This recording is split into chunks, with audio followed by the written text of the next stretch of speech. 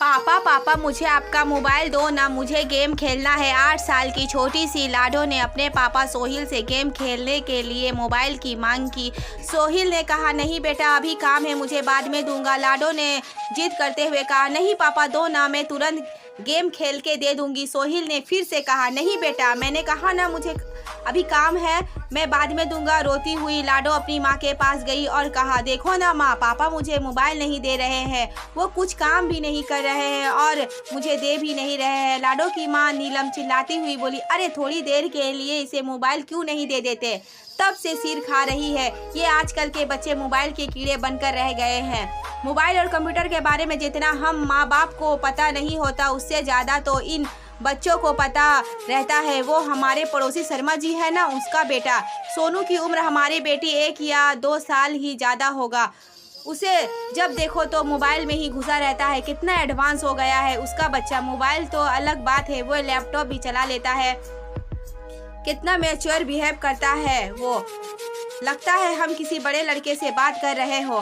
बात विचार में अपने माता पिता की तरह ही स्टाइल मेंटेन करता है वो छोटा सा बच्चा। उसके माँ बाप भी तो कितने फ्रैंक रहते हैं, उसके साथ साथ बैठकर टीवी देखना, मूवी देखना सब करता है। कितने सारे गेम लाकर रख दिया है उसके पिता ने उसके लिए। पूरे घर में गेम की सीडी बिखरी पड़ी रहती है। ऊपर से सोनू इतना स्मार्ट है कि वह खुद से ही इंटरनेट से गेम डाउनलोड कर लेता है।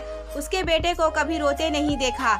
दूसरी तरफ हमारी बेटी को देखो, बात बात में रोती रहती है, हर समय मोबाइल की रट लगाए रहती है और एक आप है कि उसे मोबाइल देते ही नहीं।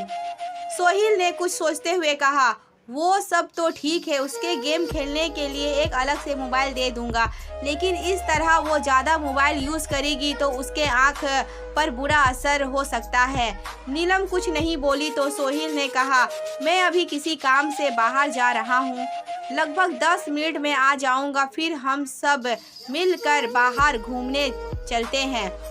नीलम ने कहा ठीक है, तब तक मैं उसे तैयार भी कर दूँगी। सोहिल भी हाँ में रजामंदी देकर घर से बाहर चला गया, लेकिन 10 बजे गया सोहिल, 11 बजे तक भी वापस नहीं आया। इस बीच नीलम ने उसे फ़ोन लगाने की कोशिश भी की, लेकिन उसका फ़ोन हर समय व्यस्त ही बता रहा था। नीलम को सोहिल की चिंता होने लगी। आखिर क्या बात है जो अभी तक सोहिल आए नहीं। लगातार कोशिश के बाद आखिरकार एक बार सोहिल का फ़ोन लग ही गया। फ़ोन लगते ही नीलम बोल उठी क्या हुआ, 10 मिनट का बोल गए थे, 1 घंटे से ऊपर हो गया है, तुम्हारा तो कुछ पता ही नहीं। सोहिल ने बताया आज के घूमने का प्रोग्राम कैंसिल कर दो, आज हम घूमने नहीं जाएंगे और जाएंगे भी तो शाम को। नीलम ने आश्चर्य और चिंता से स्वर में पूछा लेकिन बात क्या है, कहाँ हो तुम? सोहिल ने कहा हॉस्पिटल में हूँ। नीलम चीख पड़ी क्या हॉस्पिटल में, क्या हुआ तुम्हें? सोहिल ने कहा मुझे कुछ भी नहीं हुआ है, मैं ठीक हूँ और मैं तुम्हें अभी कुछ भी नहीं बता सकता, घर आकर सारी बात बताऊंगा। लगभग शाम तक सोहिल वापस आया। आते ही नीलम ने सवालों की छड़ी लगा दी, तुमने तो कहा था शाम को घूमने चलेंगे, ये टाइम भी निकल गया, अब लाडो को कैसे समझाऊं? सुबह से सज धज कर तैयार बैठी है कि अब पापा आएंगे और हम सब के साथ घूमने जाएंगे। सोहिल ने कहा उसे किसी तरह समझा बुझाकर खिला पिलाकर सुला दो, मुझे तुमसे कुछ ज़रूरी बात करनी है। नीलम ने ऐसा ही किया। रात को सोते समय नीलम ने सोहिल से पूछा अब बताओ क्या बात है, आज दिन भर किस काम से बाहर रहे? सोहिल ने बताया वो हमारे पड़ोसी शर्मा जी है ना, उसको एक परेशानी आ गई थी, उसी में लगा रहा। मैं आज सुबह जैसे ही घर से निकला तो बाहर देखा पार्किंग एरिया में कुछ लोग झुंड बनाकर खड़े थे। पास जाकर देखा तो सोनू, वो 9 साल का छोटा सा बच्चा, अपने साथ खेल रही बच्ची नीतू के साथ गलत हरकत करने की कोशिश कर रहा था। कुछ लोग उसकी गंदी हरकतों को देख हंस हंस कर बातें कर रहे थे। देखो आजकल के बच्चे को कैसा है, इसके माँ बाप जिसके बच्चे ऐसे ही गंदी हरकत कर रहे हैं, बच्चों को देखते ही समझ में आ जाता है कैसे परवरिश दे रहे हैं इसके माँ बाप। भीड़ जमा देख शर्मा जी भी दौड़कर वापस आ गए। तो अपने बेटे को उस अवस्था में देखकर बहुत ही लज्जित हुए। वह खड़े सभी लोगों ने उसकी बहुत बेइज्जती की। शर्मा जी ने तो गुस्से में आकर अपने बेटे पर हाथ भी उठा दिया था, लेकिन मैंने उन्हें रोक दिया और सोनू को साथ में लेकर शर्मा जी का हाथ पकड़कर अपने गाड़ी में बैठाकर एक पार्क में ले गया। वहाँ मैंने उसका गुस्सा शांत किया। मैंने पूछा, क्या सोनू किसी बुरी संगत में है जो उसे गंदी बातें सिखा रहा है? शर्मा जी ने कहा, नहीं, ऐसा कुछ भी नहीं है। फिर मैंने कहा, हो ना हो इस बच्चे के मन में कैसी भी इस तरह की भावनाएं घर कर गई है। इसे फौरन किसी मनोचिकित्सा के पास ले जाकर जानना होगा, जो इसकी काउंसलिंग करके पता लगाया जा सकता है कि इसके मन में ऐसी बातें कहां से आई है। फिर मैं उन्हें एक मनोचिकित्सा के पास ले गया। काफ़ी देर की काउंसलिंग के बाद उसने बताया, हम सभी बच्चे बिल्डिंग के नीचे पति पत्नी का खेल खेल रहे थे, जैसे मेरी मम्मी पापा खेलते हैं। मेरे पापा दूसरे शहर में काम करते हैं और हर शनिवार को आते हैं और रविवार को शाम चले जाते हैं। जब तक पापा बाहर रहते हैं, माँ बहुत ही प्यार से उससे बातें करती है और जब भी पापा आने वाले रहते हैं, मेरी माँ मुझे जल्दी सुला देती है। मैं भी उससे बहुत सारी बातें करना चाहता हूँ। सुबह पापा देर से उठते हैं और मेरे लिए उसके पास समय नहीं रहता है। पापा के आने से पहले माँ के कमरे में एक सीडी रखी थी, जिसे देखकर मैंने सोचा कि ये मेरे गेम की सीडी है और उसे लैपटॉप में डालकर चेक किया।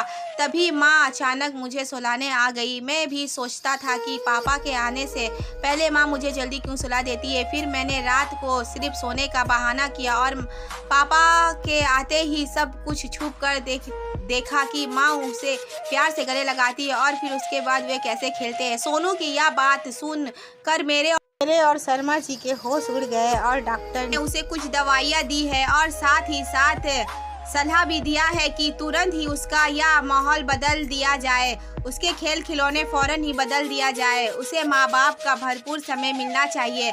उसके सामने कभी भी उस बात की चर्चा ना हो। उसे फौरन यह जगह छोड़ देना होगा ताकि समय के साथ साथ वह इस वाकया को भुला सके। डॉक्टर ने बताया, हम लोग बच्चे को अपने बीच की बाधा समझते हैं और किसी न किसी तरह उसे मोबाइल, लैपटॉप और इंटरनेट देकर उसे बिजी कर देते हैं ताकि हम अपना काम बिना किसी डिस्टर्बेंस के कर सके। आजकल इंटरनेट पर बिना सर्च किए भी कुछ गंदी तस्वीरें और बातें दिखाया जाता है, जो बच्चे के कोमल मन पर बहुत बुरा असर छोड़ता है और आगे चलकर वो हमारे हाथ से बाहर हो जाता है। नीलम ये सब सुनकर शॉक्ड रह गई। सोहिल ने आगे कहा, जब शर्मा जी ने घर आकर सोनू के मोबाइल चेक किया तो देखा कई गलत साइट की हिस्ट्री थी और जानती हो उसने तो बहुत सी गंदी ड्राइंग भी बनाया हुआ था। ये सब सुनकर नीलम कांप उठी। उसने झट से कहा, सुनो जी, हम अपनी बेटी को अलग से मोबाइल नहीं देंगे और कभी देंगे भी तो अपनी निगरानी में ही इस्तेमाल करने को कहेंगे। हम अपनी बेटी के साथ ढेर सारा समय बिताएंगे और हर सही गलत बात के लिए उसका उचित मार्गदर्शन करेंगे। सोहिल ने भी सहमति में सिर हिला दिया। दोस्तों, अपने बच्चे के साथ प्यार भरा रिश्ता बनाकर उन्हें सही गलत की शिक्षा देनी चाहिए और सबसे ज़रूरी बात यह है कि उसके साथ ढेर सारा वक्त बिताना चाहिए, क्योंकि माता पिता होना एक बहुत बड़ी जिम्मेदारी होता है और परवरिश कोई खेल की बात नहीं होती है। क्या आप इस बात से सहमत हैं? कमेंट करके हमें ज़रूर बताएं। धन्यवाद। आपको ये कहानी कैसी लगी नीचे कमेंट करके हमें ज़रूर बताएं। अगर आपको ये कहानी पसंद आई हो तो हमें अपने दोस्तों के साथ ज़रूर शेयर करें और ऐसी ही प्यारी कहानी सुनने के लिए हमारी YouTube चैनल से जुड़े। अब मैं मिलती हूँ आपसे एक अगली वीडियो